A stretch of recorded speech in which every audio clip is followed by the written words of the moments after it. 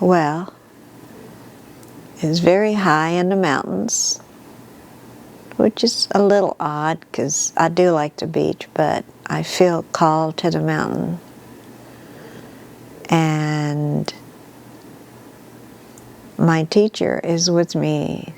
Sri Yukteswar is here and sitting in the lotus position. Yes. And he's laughing because he's so serious, but I make him laugh. It's cold, but I don't feel it. Yes, it is cold, but we're floating, sitting.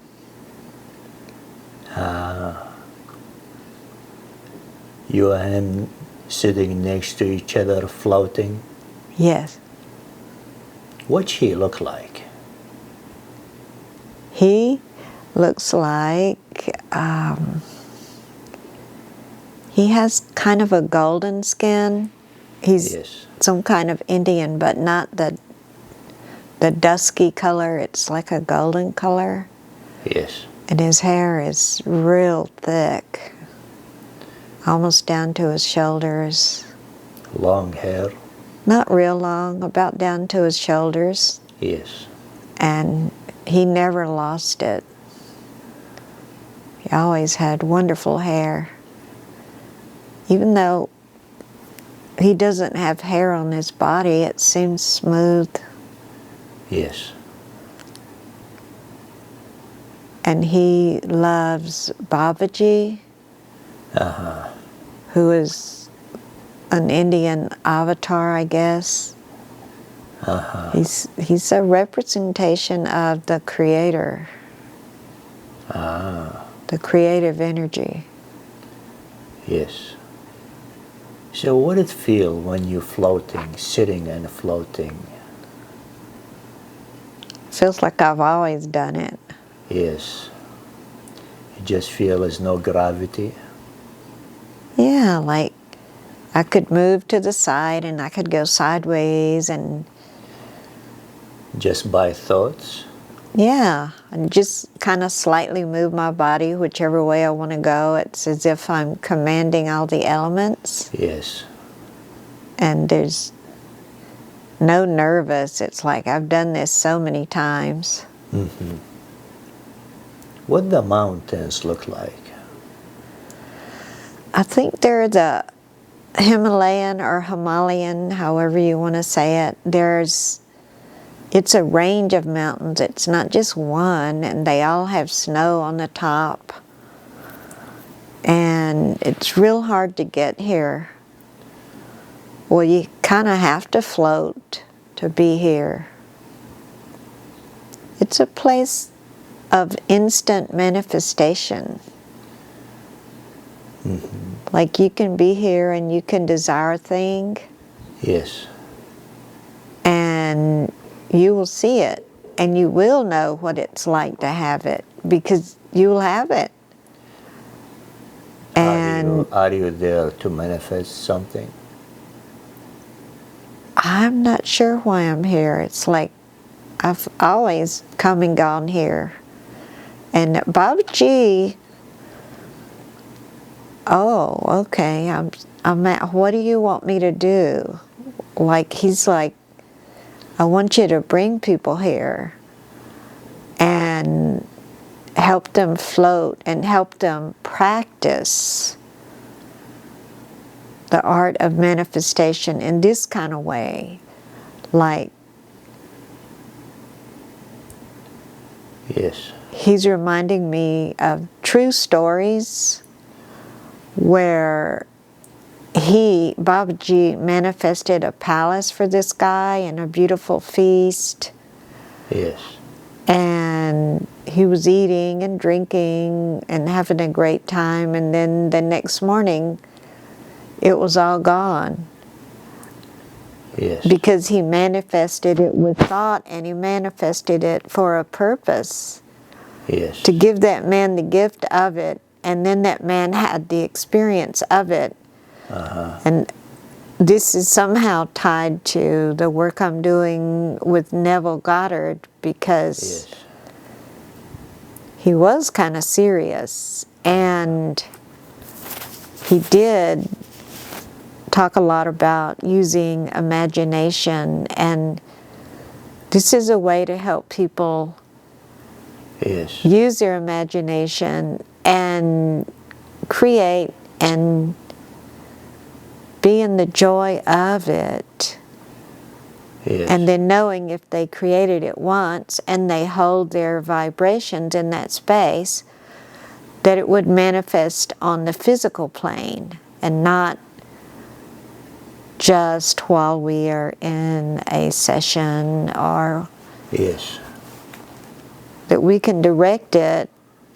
And he's reminding me also about the information that came to me recently about the power of holding a circuitry for at least 3 minutes, because I was working with some dragon breath healing, and they say that people kind of mention healing, but to actually hold a focus of a stream flowing Yes. for at least 3 minutes. There seems to be something magical about that number 3, and the consistency of imagining that you are the one in charge of the force. It's like if you were a fireman and you were holding a fire hose, and you're not just all crazy with it thinking you're doing something. You hold it on a certain spot for at least 3 minutes. Yes. And this is part of a message that needs to go out to healers to, for instance, if they're doing healing on cancer, to hold the stream of healing, like call for that master cell to come forward and then stream that healing energy for at least 3 minutes. More is always good, but we are seeing that this knowledge needs to be out, not just about the consistency, because that is out a lot, but focused streaming of whatever kind of energy that you're sending the intention to stream, whether it be healing energy, you're thinking of manifesting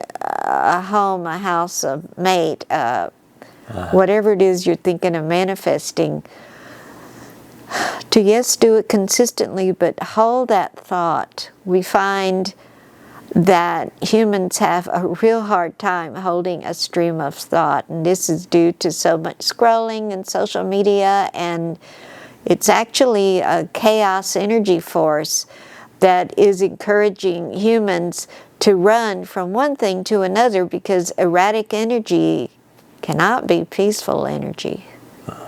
Yes. And peaceful energy is what is needed so much on this world today.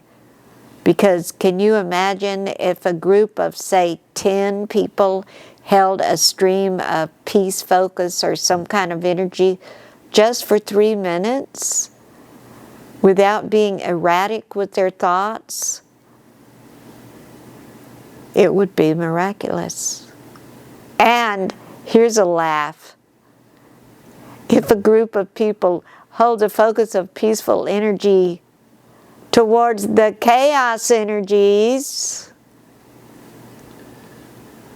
they would either be transformed or run screaming away. And this is very possible, for it is a time of great shifting right now, especially there is a lunar eclipse coming up. Yes. And even if one person can hold a focus of anything that they're desiring Yes. for the space of 3 minutes, it's just very, very beneficial. It's beneficial if the person is simply doing it for themselves.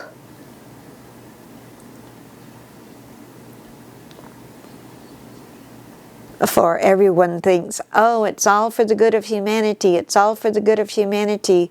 And yet, where does humanity start? It starts with the individual soul. And we notice so much that light workers are so concerned with others, and Rebecca's one of the worst, or the best.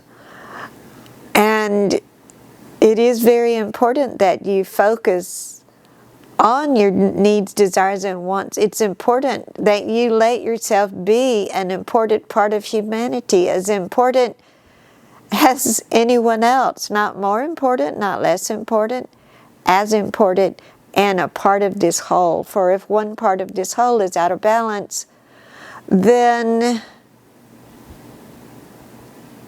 it's off kilter. Yes.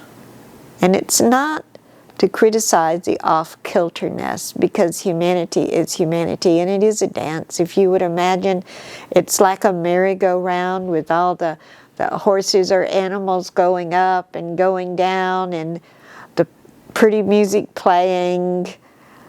And sometimes one is more up, and sometimes one is more down. Always remembering that you can bring yourself back to center at any time that you desire. And we have already showed Rebecca that connection between the thalamus, hypothalamus, and then connecting to all the pituitary and the pineal and all of that.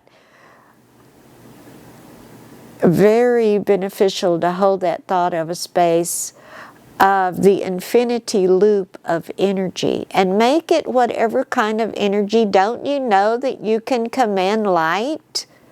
Don't you know that you can command, imagine, even manipulate colors? You can combine one color with another color to make a whole different color. So it is with claiming your power and allowing this infinity loop, knowing that at that juncture where it meets in the middle, there is an explosion of power. There can be an explosion of very good power. If you could imagine atoms and molecules and quarks shooting out into all the universe with very beneficial effects. Who is I'm speaking with right now? We knew you were going to ask that. Yes. Babaji? Babaji is part of it. Yes, yes. Mataji is part of it. Mm-hmm.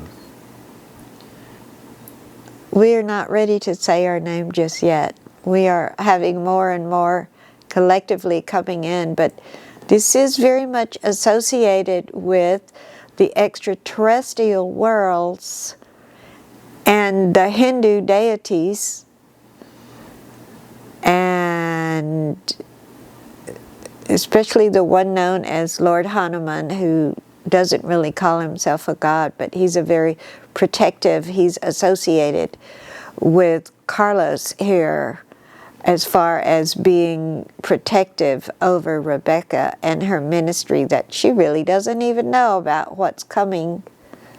However, we know that she is very open, and we laugh when she calls herself a spiritual floozy, because it is true that many beings of light, and sometimes not quite so light, Yes. because she likes the mischievous ones as well. Many are desiring her attention, and yet we will share our name. We will call ourselves the Pinnacle, for we are showing Rebecca a picture of all this group. Yes. That are extraterrestrial, inner earth, outer earth, and this pinnacle of light.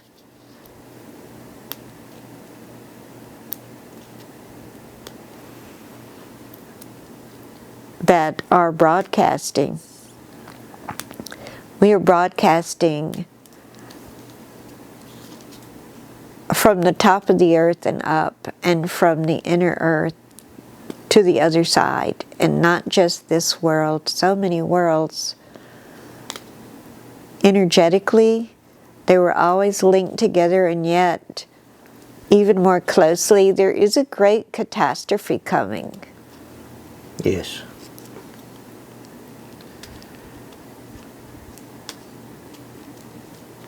And it has to do with the planet Mars and a collision. Mm-hmm. And it's because of our broadcasting that perhaps this great catastrophe can be noted by those who might be able to sway the course. Yes. It's like bowling pins, one large asteroid hitting at this focus. It looks as if hitting into Mars, as it has done in the past, and kind of knocking the orbits off kilter with the velocity of it. And this is one reason we are giving this message today, because even if the message is not heard by scientists, because we are speaking it out loud through this channel, we are speaking this out loud, and it is causing sound vibrations to go out. It is causing molecules to vibrate so that Yes. those who could do something to alter the course of this very large asteroid would be aware of it and take some action before the time. I know Rebecca is resisting a little bit because she doesn't like this word. It's like this great atonement. Uh-huh. And we are saying there's been enough atonement. And this is why we are saying these sounds out loud, so that they will go out and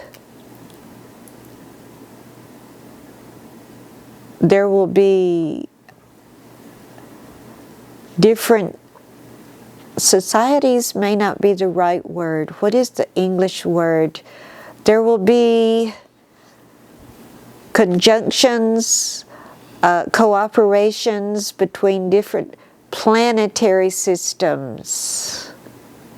Yes. For this asteroid was formed like on purpose, as the bowling pin, you might say. So, is this asteroid, is it in the physical level or a spiritual level? Oh, it's physical. But it's also spiritual. Yes, yes. Is this heading to Mars or Earth? If it keeps the trajectory it's on, yes, it will hit Mars, and it will throw Mars off enough to throw the Moon first, and then the Earth's orbit. It is not set to actually destroy the Earth, but it will cause a much greater shifting of the poles. Yes. And ice caps melting, and greater flooding, greater destruction, and it is not necessary. It is not needed. Humanity is already shifting. Yes. And we say no to this idea of atonement from, not from the source, Yes. from what could be known as the unsource, or the chaos that is actually, even though it appears the chaos is growing, it is a dying growth. It is because it senses that humanity is waking up more and more and more and more. And so the chaos must try harder and harder and harder and harder.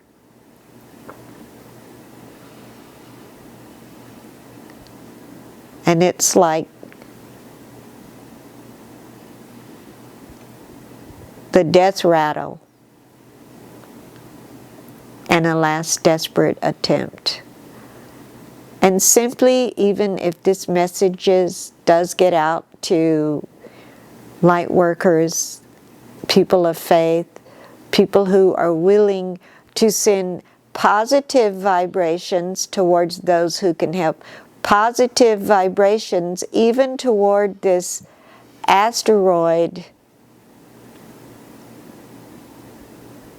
that it can actually, we're seeing it, that the asteroid can begin to diminish in size even as it is hurtling toward Mars, that it can begin to slough off, SLOUGH, particles in a Yes. non-harmful manner, so that even if it would reach its destination, that it would be small and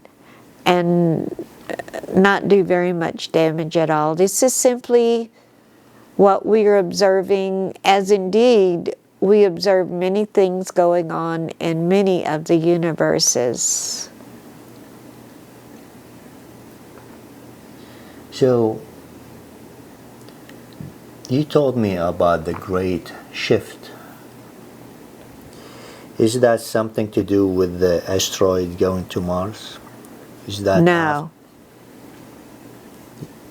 Yes. There has been a great shift going on.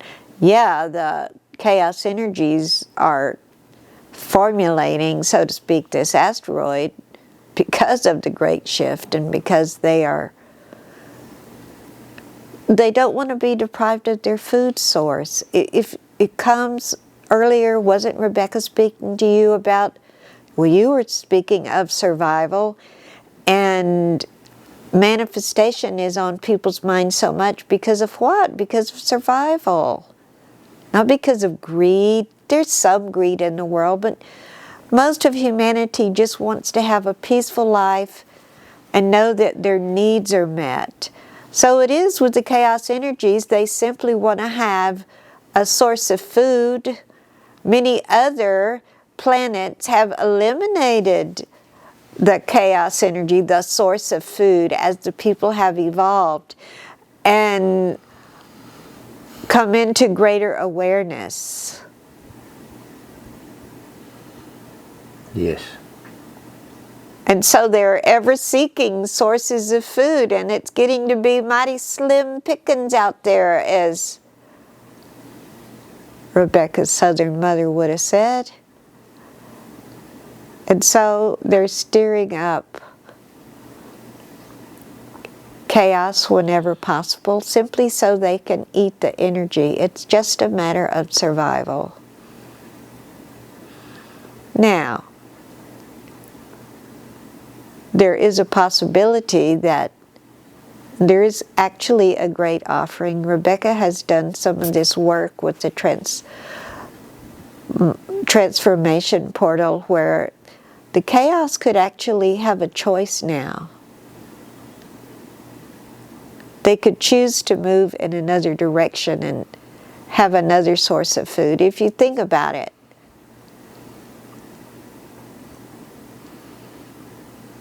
even the angels of light, have you noticed they're hanging around more when there is good vibrations going out? Why is it? Because they're basking in the vibrations. So in essence, we're all parasitical in one sense. Everything survives off of something else. And it can be a coexistence, just like right now inside every human's body, there is good bacteria that are helping the human. There's also not so good bacteria that are not so helpful. And this is a concept people do not like to think of, because we don't want to be thought of as food. But yet, isn't everything in the business of some kind of survival? Can you name one thing? Everything. Yeah, water running through the river, wants to get to the sea, wants to have more water. Yes. Rain evaporates, comes back down. It is a cycle. If it's looked at as a cycle, it would be far less stressful. Now you need to bring Rebecca out because she needs to go.